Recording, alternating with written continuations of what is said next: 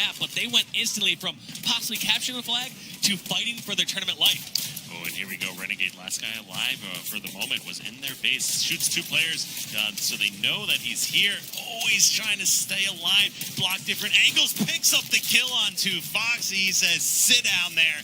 He does get cleaned up there, but the amount of distraction and time he just bought for Str8, it tells the whole story there, or something you don't see in stats. Yeah, it definitely is not going to tell all that in the stat screen because he is drawing numbers back the entire time. So even if Heinz does lose this fight here in a second, he's in a great position for his teammates to push all the way across the map, and that's exactly what they do. They get this flagpole, moving it across the bottom center of the map. Renegade has it all the way towards his porch. This could be big trouble for FAB E, and that is a 2-1 lead for Str8 Rippin. Okay, first of all, can we not say enough about Renegade and Heinz throughout this tournament? I mean, come on, guys.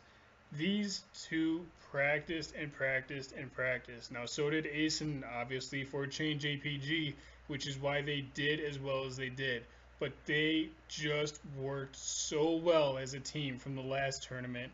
They put in the time. They put in the effort. Anyone watching and listening to this that wants to be good, wants to be better, thinks that they can make it at some point, you need to practice with your team. Whether that is custom practice, matchmaking practice, call-out practice, whatever you want to do, it requires practice through and through. And these guys are putting on a show of exactly how teamwork should be. Now, again, Envious will show you a little bit later as well, but this clip with Renegade and Heinz is just outstanding. Here you can see at the beginning of this, Renegade is at a huge disadvantage, and as always, he stays alive, he distracts, he assists shots, and he puts on the hurt against the other team. Shot, he's one shot, he goes down, shot. I mean, now they know he's there. This is exactly what APG did in the clip before, and this is what I try to explain and teach people so often. You don't have to kill someone in a team game. You don't have to do these stupid one-on-one challenges like Mo's did. It's all about teamwork. It's all about team shot. It's all about dropping shields, okay? Whether it's Halo 2, 3, maybe a little bit in 4 or 5, it is all about how you shoot the enemy as a team, okay? You can see Renegade outplay and distract the crud out of FAB E, and it just works flawlessly to set up this flag run. He doesn't have to kill 3 guys, but he put shots on 2 of them, he distracted 2 of them, and he takes 1 of them down, okay? It's just beautiful the work that they do together. Guy goes down, here comes a spawn, okay? Now, here's the thing. It's hard for a lot of people to understand this. It's not just about the guys that are alive that you're distracting. When that guy came off of his spawn, he knew his teammate was in trouble. So what does he do instead of going for the enemy flag? He comes straight to his base, backwards, okay? You guys have to understand the movement of the map. This is essentially a backwards movement spawning at the silo over there to come back to the base, back to the flag, and take out Renegade. It takes time to do that. That time, whether it's 1, 2, 3, or 10 seconds, allows the enemy to set up because you're moving back. You and your team as a group, as a unit, are not moving forward, and it's allowing the enemy to therefore move forward. It allows them to set up their formation on you. Now, he's weakened 1 guy going for railgun. There was 2 going there. He killed 1 guy in the base that was completely taken out of the game. So it was a one-on-one scenario in the end, but that one-on-one scenario was actually a Renegade 3-on-1. All right, think about it. He dropped shields, finished a guy. Now a 4th player is distracted enough that he has to go out of his way off his spawn instead of going to help the other 2 guys that may still be alive. He's coming back. He's sacrificing setting up a power position because he doesn't want Renegade to get his flag. If Renegade gets his flag, well, he's pretty much screwed. They're going to make a run for it. So he kills Renegade, but Renegade caused a major distraction. Now we move over to Heinz, who's coming in over on the silo side, and that same guy that just killed Renegade moves into the base, but Heinz knows he's in the base because Renegade probably called him out. So he sets up, just like he did in the other clips, sets up his nade, and bam, takes him out with a perfect shot. Now he's moving in. As he's moving in, he knows there's going to be people here. He just doesn't know exactly where. This guy challenges one-on-one. Now, here's the thing. Heinz knows it's a one-on-one. The enemy knows it's a one-on-one, but Heinz outplays him beautifully. Okay? Every player that I come across is on this hardcore fetish of I have a better BR, I have a better AR. I really could care less because you're going to lose because I'm going to outplay you, and Heinz is showing here beautifully how it's done. You're going to charge in, okay, fine, we'll either trade or I'll win. But the way Heinz does it, he plays conservative, sets the kid up, and takes him out with ease, okay? It is so beautiful the way that Heinz does this. And I'm going to do it, I'm going to replay it one more time so you can see that he is down in shots because he's going against a stronger weapon. I believe it's a light rifle. And as a result of that, he's smart enough to know, okay, if I keep challenging one more shot and I'm dead, he backs off, draws him in because the other guy has the mindset I was just telling you about. Oh, I'm going to win this. It's a one-on-one. I got a stronger weapon. I'm going to charge in.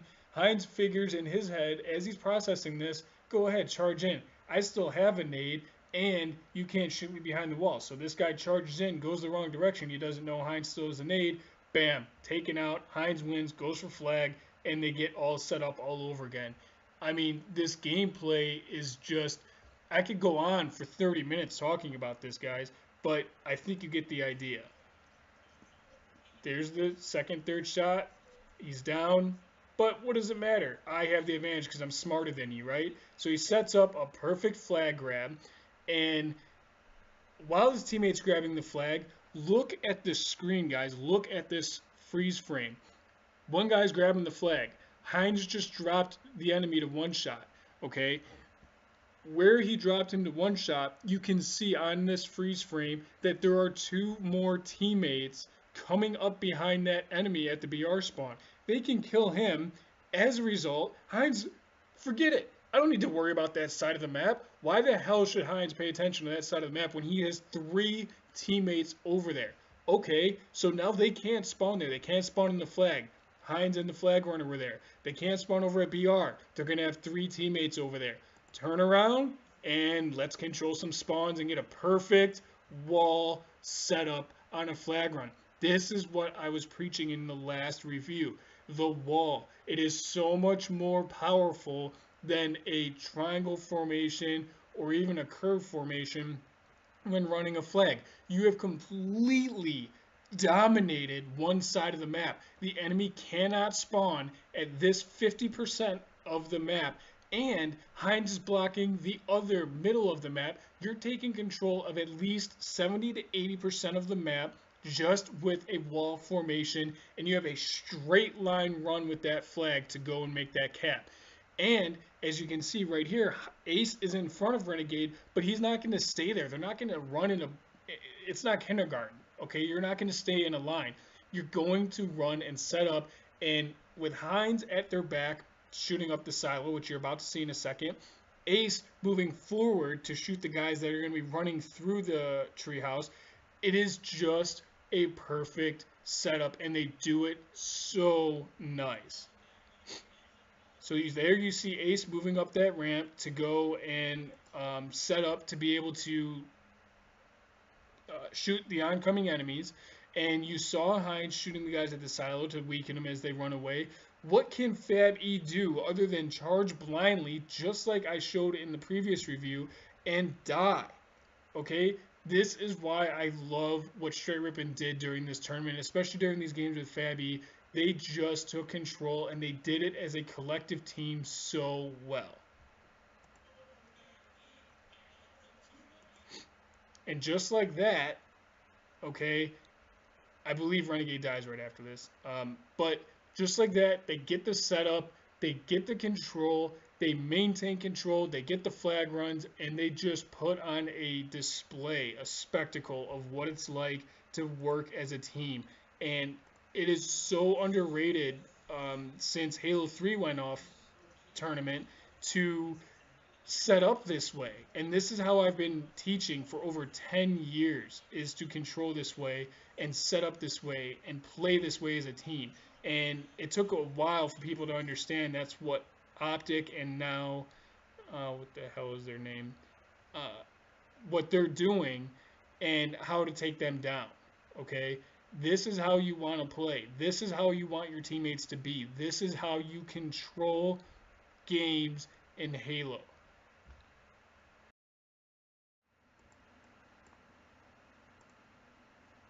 Flag quickly across the map. We're going to have to see where it's at the moment, but Renegade just playing it safe, getting those slays, and that's exactly what you want to be doing. Anytime your flag runners running across the map, you want to make sure you're not going to put your team in a situation where you get counter-capped on. Heinz running that all the way towards his front window and just going to play this patient while someone else. Now here we have the exact opposite of what Mose did in the previous clips, again with none other than Renegade on Str8 Rippin. He has the railgun and he is controlling top mid. You saw the double kill. Now here, why he didn't get this kill, who knows, but he drops his shields, and if you watch the radar right here, you can see that his teammate does eventually get the kill. Now, what you're about to see is the opposite of what I said earlier, and I'll explain why. Here, he reloads, he still has top mid control, he knows there's an enemy there because he was called out, he gets the kill, and after getting the kill, while getting the kill, he drops down and goes into the court. Now, I complained about Mose doing that earlier, right? And it was a bad idea, right? Well, it's a bad idea when your team has no control, when you have no flag on the move, when you have no flag to defend, and when your teammates aren't there to support you. Here, Renegade has already killed, he got the double earlier, and after this kill, they will have spawned, so he just got another kill or assist underneath him at railgun. He just got another kill. There's 2 guys dead. There should be 2 up at right about now. You can see on his screen, his teammates are running the flag, and he has a teammate down. However, they are running the flag right under him. If Renegade acts as what I call a meat shield, it will allow his team to run the flag and get the cap. It is a worthy sacrifice if you are a purposeful meat shield. If you are going out completely neglectful and completely ignorant, and you're just wanting to be greedy and wanting to be foolhardy, then it's just that, it's foolish. But if you're doing it with a purpose and you're going to get something out of it, like the flag cap, you are making a worthy sacrifice, okay? Now, in case you're wondering why we're watching a 0-0, this is because Str8 and FAB had to replay it, because after the last clip, Str8 fell apart a little bit and FAB ended up capping and tying it. But here we are in the new series, and there he sees, okay, the guy's not down there, my guy's running the flag, I see this guy over here, and I shouldn't have to worry about the other side of the map. Now, here, it's not the best battle, don't get me wrong, he could have ducked and covered and blah, blah, blah, but the whole purpose of this battle, you have to understand, is strictly a meat shield, meaning that he is a human shield blocking these shots from ever getting to the flag runner so that the flag runner can capitalize and get the cap. And then by the time that his teammate gets the flag cap, he should respawn and be able to provide assistance in case the enemy manages to push in and get the flag. So he gets shots on him, and he runs out of ammo. He didn't reload, so he ends up dying. But here, again, I'll probably be repeating this numerous times throughout this review series because there's going to be dozens of reviews, but Heinz is one shot. He could slide and get the cap, but why be greedy? I'm on a team, okay?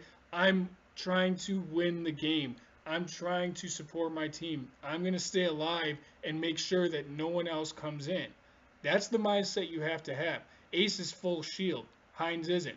Throw the flag over there, let a teammate get it, and don't be at risk of getting a light rifle or BR shot straight through the window, and then you're down, you can't support your teammate, you didn't have the flag, your teammate has to sacrifice, Renegade's already down, you can still see on screen, who knows, APG is probably dead, and now he's alive, Ace is alive. If anything happens by the time that it happens, Heinz will have regained his shields, Ace can stay alive, they will protect their flag, their teammates will respawn, and they are in a perfect, beautiful setup all over again.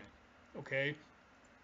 The teamwork in these flag runs that I'm highlighting is almost flawless for Str8 Rippin.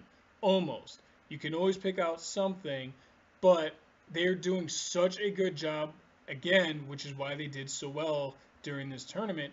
But this teamwork and this mindset is only through practice. You have to practice this. You have to be on the same page as your teammates. And the only way that you can do it is to build that chemistry through practice. Whether you're going into matchmaking or customs or both, you have to practice and know what your teammates are going to do and when they're going to do it. And that's only through playtime.